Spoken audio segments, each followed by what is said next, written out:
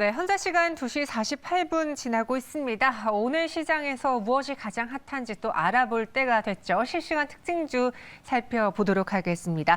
이번 시간 레몬리서치 김민수 대표, 레몬리서치 이상엽 이사와 함께합니다. 어서 오세요. 네, 안녕하세요. 네, 안녕하십니까. 제가 안 그래도 두 분의 의상이 좀 비슷해서 여쭤보려고 했는데 사전에 유니폼 아니라고 이사님께서 이야기해 주셨어요. 오늘 레몬의 날이죠. 알아볼 종목들도 많은데요. 뭘 봐야 될지 첫 번째 실시간 특징주부터 바로 만나보겠습니다. LG엔솔 보호해수 물량 폭탄일까 줍줍일까? 오전만 하더라도 폭탄인 줄 알았는데 지금은 줍줍의 기회였던 것 같아요. 의무회탁이 끝난 우리사주 물량이 드디어 출회가 됐습니다. 이 걱정 때문에 최근 한 달 동안 실적 때문에도 그렇지만 LG엔솔을 둘러싸고 저는 기대보다는 우려가 좀 더 컸었거든요. 근데 드디어 나왔잖아요. 얼마나 나온 건지 좀 소개해 주실까요? 네, LG에너지 솔루션 가지고 최근에 이슈가 많은 게 이거죠. 한 800만 주 나온다. 790만 주인가요? 네, 이 정도 나온다. 그러면 그렇게 물량 나오게 되면 버틸 수 있겠느냐라는 얘기들. 그래서 이게 전체 유통 물량이 한 23% 정도 되다 보니까 이거 나오는 거 누가 사겠느냐라고 하는데 사는 사람이 있네요. 네, 그러면 된 거 아닌가요? 네, 그런 관점인 것 같고요. 특히 그래서 관련 관계자 쪽에 대해서 혹시 너네라고 해서 죄송합니다만 당신들은 네, 주식을 팔 것이냐 이런 쪽으로 몇 가지 물어봤더니 반응이 두 가지 같습니다. 일단 회사 눈치 안 보고 나 그냥 이익 그대로 실현하겠다라는 쪽도 있는데 잘 모르는 사실이 있다. 우리 연봉이 얼마인지 아느냐 이러면서 1억 정도 차익 났다고 그래서 그걸 가지고 차익 실현 이런 쪽으로 당연히 안 한다. 나는 애사심이 뛰어.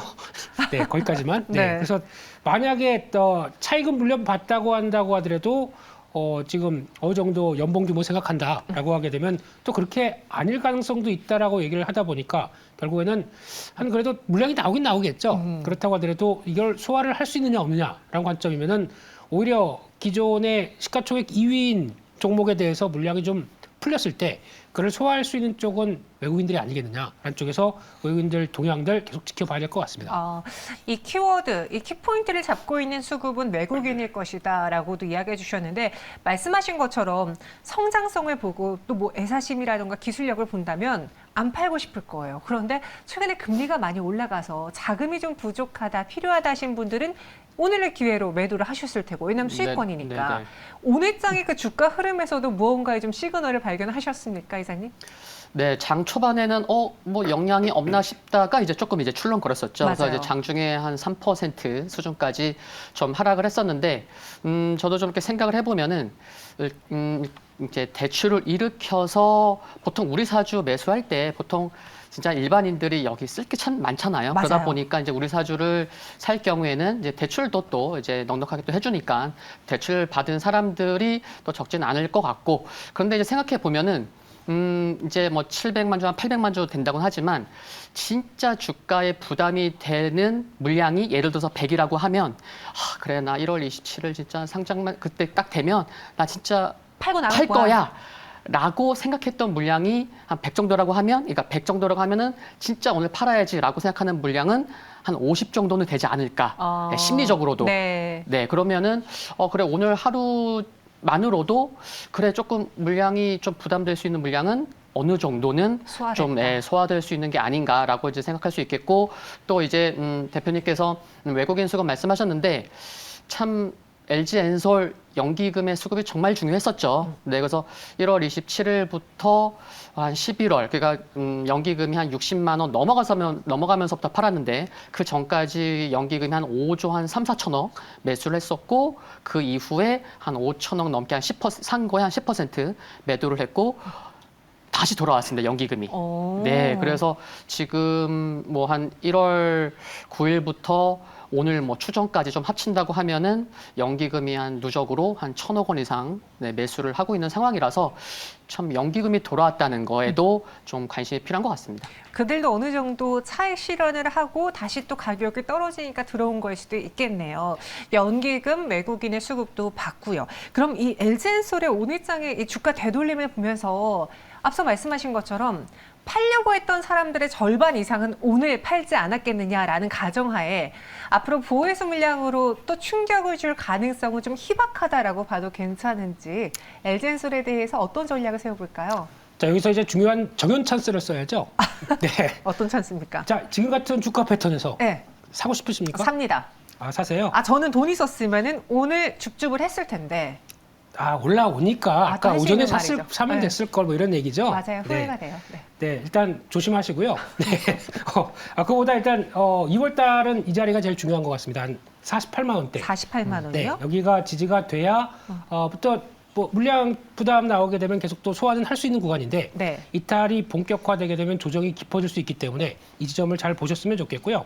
게다가 또 LG에너지 솔루션은 지금 2차 전지 관련된 제조업자 입장으로 봤을 때는 이제 중요한 거는 리튬 양극재 다 같이 해서 들어와서 탑재돼서 나가는 거죠. 그렇게 되면은 그때 나왔을 때 2차 전지 관련된 소재들의 동향들 중요하다라고 하게 되면 최근에 리튬 니켈 가격 빠집니다. 이런 상황들이 됐을 때 그러면 상대적으로 가격이 하락 요인이 발생해서 그거를 싸게 공급하느냐라는 쪽에서 어떻게 보면 2차 전지 소재 쪽에서는 약간 피해 압박이 나올 수 있기 때문에 좀 위축될 수 있는데 네. 그걸 얼마나 잘 컨트롤해서 적정한 수익성을 보여줄 수 있느냐 이게 관건이기 때문에 아마 영향은 일단 원자재 가격들의 동향에 따라 달렸다는 게 가장 중요한 거고 이에 영향을 받는다고 하게 되면 1분기 정도엔 거의 마무리되지 않겠느냐라고 보고 있기 때문에 조정시 매수 관점 유지는 해야 될 것 같습니다. 조정 시 매수 관점 이야기해 주셨어요. 이상엽 이사님도 동의하시는 거죠?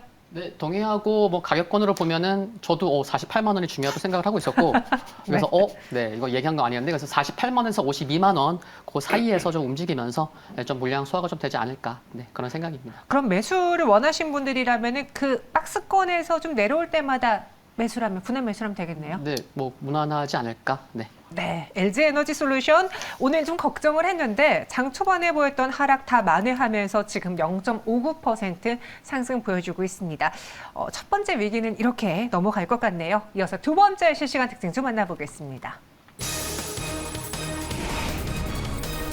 영업이익 84% 증가한 현대 로템입니다. 작년 영업이익이 1,475억 원이에요. 전년 대비 84% 증가했는데 보니까 이번에 매출액은 좀 예상했던 수준, 영업이익은 예상했던 것보다 살짝 웃도는 정도의 실적으로 나온 것 같은데 현대로템의 실적 어떻게 보셨는지 어느 분이 소개해 주실까요? 네. 그럼 제가 말씀드리겠습니다. 최근에 기업들의 실적 발표를 보면은 뭐 어닝 쇼크 난 기업들이 오히려 상승하고 네. 그런 경우를 많이 봤죠. 특히 이제 조금 강하게 올라왔던 종목 대표적으로 보면은 포스코 케미칼도 좀 실적 좀 안 나왔지만 주가 상승하는 모습을 봤었고 그래서 이제 현대로템 같은 경우는 영업이익이 좀 잘 나왔어요. 작년 영업이익이 무려 10년 만에 1,000억 원을 돌파하는 그래서 뭔가 의미를 부여해 볼 수 있는 실적이라도 볼 수 있겠지만 또 실적이 잘 나오면 그게 또 반영됐다고 또 시장은 보고 그래서 시장의 경우에는 미스터마트의 경우에는 그래 우리 실적은 주가에 다 반영되고 있는 거 다 알고 있으니까 시장에서 기대하는 거는 정말 수주 소식인 거죠. 네, 그래서 뭐 방산이나 원전이나 뭐 수주 관련돼서 주가 밀접하게 움직이는 그런 이제 섹터라다 보니까 오히려 이제 수주 쪽에 소식이 좀 들려와야 좀 주가가 좀 반응하지 않을까 그런 생각도 해볼 수 있겠고 그리고 기술적으로도 좀 주봉에서는 3만 원 돌파하고 안착까지 해줘야 되는 그런 가격이 3만 원인데 거기에서 좀 밀리는 게 조금 뭐 단기적으로 조금 좀 확인이 좀 필요한 상황이라 생각이 들고요. 그래도 중요한 거는 2월 달에 폴란드 국영 방산 그룹 회장이 또 2월에 이제 방문을 한다는 일정 많은 분들 알고 계실 텐데 또 기억하셔야 될 것 같고요. 뭐 작년에 이쪽 방산 수출이 170억 달러였는데 이제 폴란드로 수출한 것만 124억 달러다 보니까 그 폴란드 굉장히 중요하죠. 그래서 2월 달에 방한 소식 에도 좀 관심이 필요할 것 같습니다. 우동근 님이 K2 전차 더 팔을 수 있을 것 같은데 라고도 글을 올려주셨어요. 지금 이렇게 현대로템 하면은 K2 전차가 가장 많이 나오는 것처럼 이전에는 철도 사업으로 봤다면은 뭐 재작년, 작년에는 거의 방산으로 이 회사를 보지 않았습니까? 올해도 그럴까요? 아니면 뭐 수소 트램이라는 뭐 새로운 키워드를 갖게 될까요? 이 현대로템을 볼 때 그날이죠. 현대차 실적 발표하고 급등했습니다. 아. 왜 이랬을까요? 같이 뭐 자사주 소각이라든가 그런 걸 기대했나요? 아니죠. 그때 현대차 실적 보다 보니까 연결 실적 순이익에 네. 순이익이 급증했습니다. 그러면 지분 관계 따졌을 때 현대로템이거든요. 현대로템이 실적 잘 나왔을 것이다 추정하면서 그때 한때 나왔던 얘기가 4분기 영업이익 한 1,000억 원 나올 수 있겠다. 왜냐면 이번에 예고를 했었거든요. 3분기는 덜 잡혔다. 4분기 때 거의 이제 K2 전차에 대한 이제 초기 물량이 나가기 시작하다 보니까 잡히는 영업이익들 이걸 생각했었는데 이게 생각보다 600억이면은 별거 아니야? 라는 예상보단. 그렇죠. 그래서 지금 빠지는 겁니다. 그게 단 것 같은데 그럼 하나 생각을 해볼 부분이 이제 앞으로 추가적으로 방산 관련된 쪽에서 이제 오늘 보니까 독일이나 폴란드도 다 우크라이나 지원한다고 나오죠. 뭐 50대 뭐 몇십 대씩 다 지원한다고 나옵니다. 그러면 폴란드 입장에서는 비네요. 그럼 또 받아야 되겠죠. 그럼 추가 계약 나올 수 있겠다라고 하게 되면 이런 변화가 우크라이나 지원을 통해서 자국의 지킬 장비는 없다. 그럼 추가 가능성이 높겠죠. 여전히 계약 추가로 될 가능성이 높다는 쪽에서 무게를 두면서 그러면 흔들릴 때마다 특히 지금 가격이 26,500원이 제일 중요할 것 같습니다. 여기 지지하는 패턴 나온다라고 하게 되면 역시나 눌림목 매수 가능하겠다. 적어도 트레이딩은 가능하겠다. 이런 쪽으로 바라보고 있습니다. 현대로템에 대해서 오늘 장의 주가 하락은 그렇게 봐야겠네요. 오히려 현대차 실적이 나왔을 때 네. 현대로템까지 같이 기대를 하면서 주가를 끌어올렸기에 오늘은 어떻게 보면 좀 실망해서 매도하는 걸 수도 있다. 그렇습니다. 좀 날카롭죠? 좋습니다. 네. 그런 날카로운 발언을 원해서 김민수 대표님을 모신 거죠. 그렇죠. 네, 감사합니다. 이상윤 이사님도 그럼 이 현대로템에 대해서 조정 시 매수 의견이신 건지 혹시 이 현대로템과 관련해서 좀 같이 볼 만한 그런 방산 혹은 뭐 수소 뭘 같이 보는 게 좋을까요? 조정 시의 매수 관점 말씀드리고요. 네. 중요한 건 일정이 또 하나 있어서 이제 체크하시면 좋을 것 같아서 네. 아까 이제 폴란드 국영 그룹에 이제 뭐 방산 회장이 이제 온다고도 이제 그런 일정도 있는데 또 하나가 있습니다. 그 2월 20일부터 2월 24일에 그 아랍에미리트에서 국제 방위 산업전에 또 현대로템이 참가하는데 또 이제 국내 방산 기업들이 참가를 해요. 그러면은 2월에는 벌써 말씀드린 게 두 가지 일정이 있는 거죠. 그래서 2월에는 방산 일정 2개 좀 참고하시면 좋겠고요. 그리고 이제 뭐 세계 방산 시장 규모도 뭐 2조 달러 규모로 또 팽창하고 있고 최근에 또 러우 전쟁이 좀 확산될 수 있는 그런 가능성도 좀 있더라고요. 러시아가 뭐 이제 징집 연령도 높이고 또 이제 뭐 특별 사면으로 또 그쪽에다가 이제 그러다 보니까 이런 부분이 이제 방산 쪽에 또 지금은 오늘은 쉬지만 모멘텀이 좀 될 수 있지 않을까라는 생각을 가질 수 있을 것 같고 또 지금 국내에서 그 방산 쪽의 첫 수출 기대감이 K2 전차라고 합니다. 그래서 요게 이제 좀 노르웨이냐 아랍에미리트냐 이제 좀 봐야 되겠지만 요 K2 전차가 일단 방산 쪽에서 어떤 모멘텀이 나온지 좀 봐야 될 것 같고요. 그리고 현대로템 수소 트램도 말씀하셨지만 일단은 저는 일단 현대로템이 방산 매출 비중이 30%가 안 돼요. 근데 회사에서는 올해 이제 내년까지 이 비중을 50%까지 늘린다고 봤을 때는 회사 조차에서도 방산 쪽에 굉장히 심혈을 기울이고 있구나라는 걸 초점을 맞춘다고 하면 일단 방산 쪽으로 해서 좀 관심 필요할 것 같습니다. 방산 쪽으로 현대로템 또 같이 봐야 될 일정 전해드렸습니다. 이렇게 오늘 실적 발표 나오고서는 주가가 급격히 하락해서 걱정했던 분들 많으실 텐데요. 현대로템의 이슈들 잘 체크해 보시고요. 마지막 실시간 특징주 만나보겠습니다. 7.8기 받는 위메이드입니다. 위메이드 현재 주가가 한 2%, 오늘 장중에는 5% 넘게 상승을 했는데 좀 오늘 살펴볼 뉴스가 있어요. 인텔라 X 투자도 있고 뭐 미르 M에 대한 기대도 있고 위메이드를 둘러싸고 있는 오늘의 뉴스 어떤 게 있을까요? 네, 위메이드는 오늘 뭐 소식이 두 가지가 다 나온 것 같은데, 네. 인텔라 X가 네오이즈 거죠. 네, 거기서 나오는 멀티 체인을 지원합니다. 이게 뭐냐면은 쉽게 말씀드리면 인텔라 X가 P2E로도 썼다가 그리고 또 NFT로 교환할 수 있다가 하는 이런 중요한 매개체 역할을 이것저것 다 하다 보니까 저희가 보통 얘기하는 웹 3.0 여기에 적합한 어떤 플랫폼이다라고 얘기할 수 있는데 거기랑 협업을 했다라고 하게 되면 우리 위믹스 환경으로 확장되는 쪽으로 나가겠다라는 쪽의 전략이 확인됐다라는 쪽에서 좀 더 기대는 높은데 그러다 보니까 이제 위믹스가 1,000원대 넘었다고 하더라고요. 예, 과거의 영광은 좀 사라졌지만 다시 올라오고 있는 상황이다라는 쪽에서 부각을 받았었고요. 게다가 또 관련된 게임이죠. 미르엠에 대한 게임이 글로벌 출시가 이제 내일 발표가 되는데 그동안 한 300만 명 정도 사전 예약을 통해서 또 CBT까지 했다고 하더라고요. 반응은 뭐 좋았다고 얘기하겠죠. 예, 좋았다고는 보여지는데 근데 중요한 거는 이런 성과가 나오면서 이어갈 수 있는 변화가 제가 보기에는 요즘에 가장 핫한 섹터가 소프트웨어입니다. 게임주도 소프트웨어입니다. 그래서 그쪽으로 영역을 확장시키느냐라는 쪽에 약간 중대한 고비가 남아 있는데 여기서 이제 가상화폐 시장까지 같이 좋아지면서 연결되면서 그때 저희가 얘기했던 뭐 P2E 게임들이 또 다시 레벨업 되느냐 여부의 중간 단계 정도라고 보는데 개인적으로는 가상화폐가 더 뛸 수 있을까 이건 잘 모르겠습니다. 그래서 그냥 이 정도쯤에서 챙겨놓는 것도 좋지 않나라는 쪽으로 봐야 될 것 같습니다. 기대감이 살짝 반영돼서 윈믹스도 지금 1,000원 위에까지 올랐고 위메이드의 경우에도 3만 원 중반대? 38,000원까지 올라왔으니까 이 구간에서 조금씩 포지션을 잡아볼 때가 되지 않았겠느냐. 뭐 가상화폐에 대해서 더 긍정적으로 보신다면은 계속 홀딩이겠지만 아니라면은 그런 전략이 필요한 때이다라고 해주셨고 미름 이야기도 살짝 해봤는데 최근에 크래프톤이었나요?